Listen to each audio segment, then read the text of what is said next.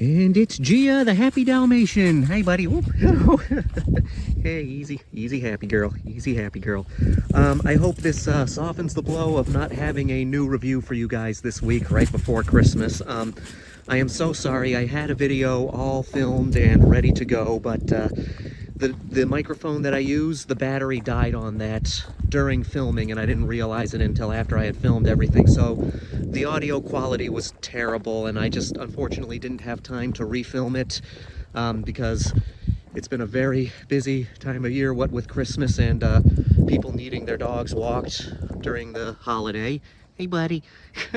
So I'm uploading an old video from my YouTube channel, my old YouTube channel. I hope that is okay. I do apologize for not having a proper video for you guys, but we have a happy Gia who's being barked at by another dog. And I hope you all have a Merry Christmas and a Happy New Year. I will be doing a video next week counting down my top 10 horror movies from 2023. We did get some good stuff this year, but not too much. But I promise we will have a easy Gia. I promise we will have a proper video for you all next week. I hope you enjoy this re-upload.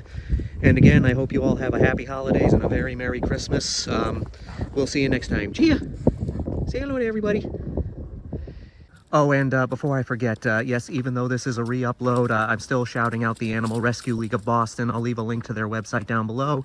Please visit their website just because I like to support this organization during the holiday season. Anyway, now let's get back to the video. Ah, Italian gangsters. So evil, yet so fun to watch. Watch it, Alan. I'm shooting.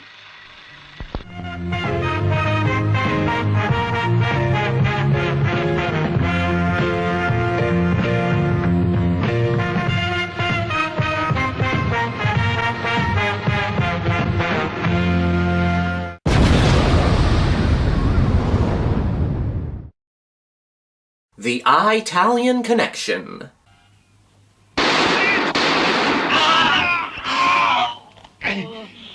You've got to make sure that the fear stays in them. The Italian Connection is another gangster flick that's part of the Eurocrime genre, or Polizieschi. I love Eurocrime. It has everything that made me fall in love with Italian exploitation. Crazy action, over-the-top violence, quirky side characters, sexy women, it has everything that an avid Grindhouse fan's looking for.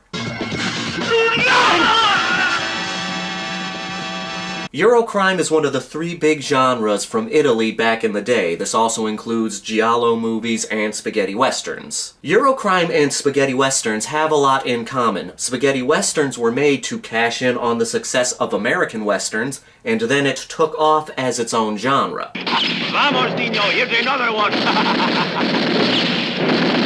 As the westerns began to die off in America, cop and crime movies began to rise in popularity with movies like Bullet, Dirty Harry, and The Godfather. So in Italy, as spaghetti westerns began to die off, the Italian film industry decided, hey, why don't we try our hand at crime cinema and give it the Italian flair?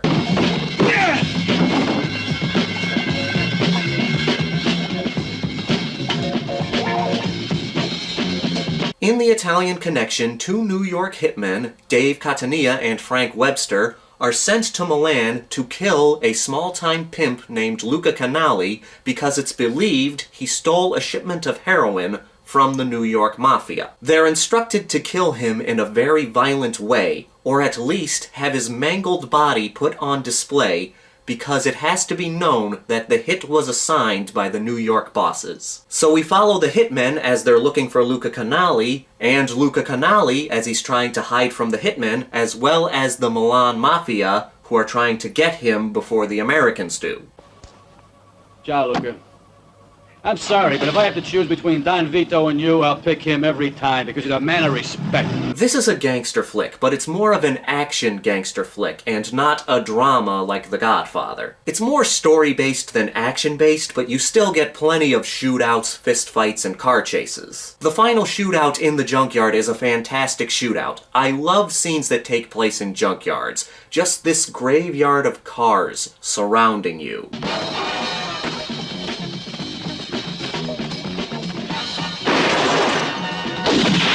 Luca Canali is our hero, even though he's a pimp.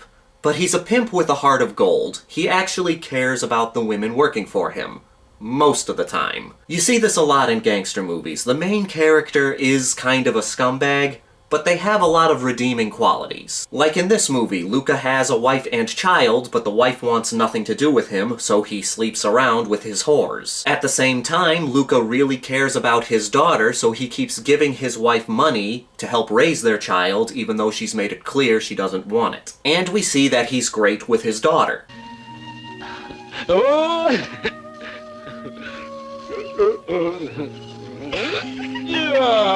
Luca is a badass. Whenever he gets into fights with people, he tends to use a lot of headbutts. Get your ass out of here! Or you're gonna find a hole like this. When you call it, huh?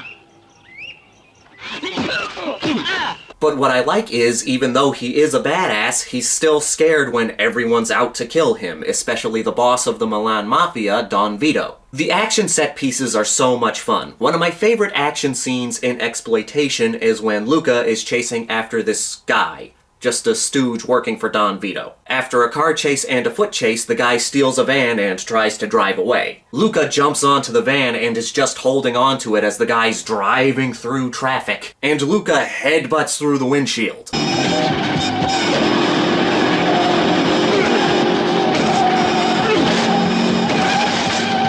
It's awesome. Henry Silva and Woody Strode played the two hitmen. Henry Silva starred in a lot of Eurocrime movies. A lot of American actors went to Italy to star in movies, mostly because you made money there that you didn't have to tell the American government about, so taxes weren't taken out. Quentin Tarantino fans will want to check this movie out because Tarantino is actually a big fan of the movie's director, Fernando Di Leo. In fact, Pulp Fiction fans will get a kick out of this.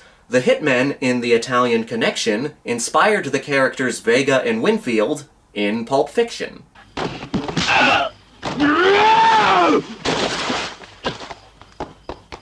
Frank!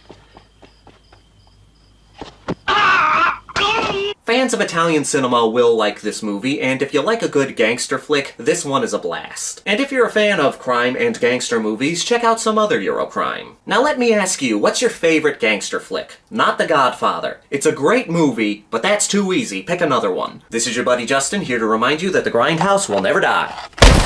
Ow! How the hell did Luca do that?